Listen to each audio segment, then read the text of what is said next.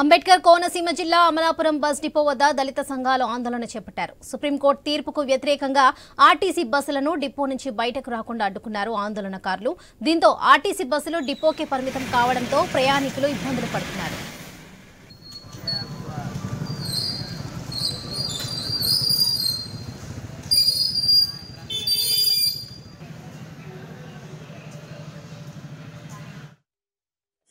ST వర్గీకరణకు వ్యతిరేకంగా August 1న మరి సుప్రీంకోర్టు ఇచ్చిన తీర్పును నిరసిస్తూ ఈ రోజున బంద్ చేపట్టడం జరిగింది.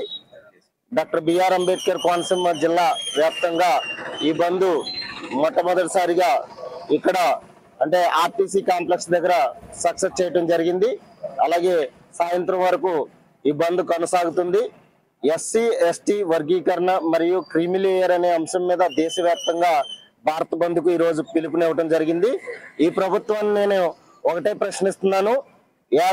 ఎస్సీల్లో 59 ఉపకులాలు ఉన్నాయి. మీకు తెలుసా ఏ ఉపకులంలో ఎంత జనాభా ఉందో? మీరు ఎలా సమన్వయం చేస్తారు? మీకు ఏమన్నా అర్థం ఉందా? ఈ ఎస్సీ వర్గీకరణ చేయడంలో మీకు అసలు క్లారిటీ ఉందా లేదంటే పొలిటికల్ మోటివ్ ఉందా అని అడుగుతున్నాను ఈ సందర్భంగా. ఎస్సీ వర్గీకరణపై సుప్రీంకోర్టు ఇచ్చిన తీర్పు భారత రాజ్యాంగ ఉల్లంఘన. ఇది మోడీ కొనసాగంలో జరిగిందని అందరికీ తెలిసిందే. ఇలాంటి తప్పుడు తీర్పులు ఇవ్వడం అనేది సుప్రీంకోర్టు తగదు. భారత పార్లమెంట్ లో జరగవలసిన ఈ వర్గీకరణ విషయాన్ని సుప్రీంకోర్టు తీసుకోవడం ఎంతవరకు సమంజసమని ఈ సందర్భంగా ప్రశ్నిస్తున్నారు. అలాగే ఈ దేశంలో ఉన్న 1262 ఎస్సీ కులాలని విడదీయడం అనేది చాలా దారుణం.